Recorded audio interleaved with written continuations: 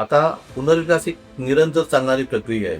म्हणजे पीएमसी किंवा प्रकल्प व्यवस्थापन सल्लागाराचं पहिलं काम ते असतं की सोसायट्यांना योग्य मार्गदर्शन करून प्रक्रिया योग्य पद्धतीने करून घ्यायची. प्रकल्पाचं नियोजन करणे, त्याचा आराखडा बनवणे, नकाशा बनवणे, त्याला आपण म्हणतो प्लॅनिंग अँड डिझायनिंग. त्याच्यामध्ये मग सर हे सर्व्हिसेस पुरवताना कोणते कोणते अडथळे येतात तुम्हाला?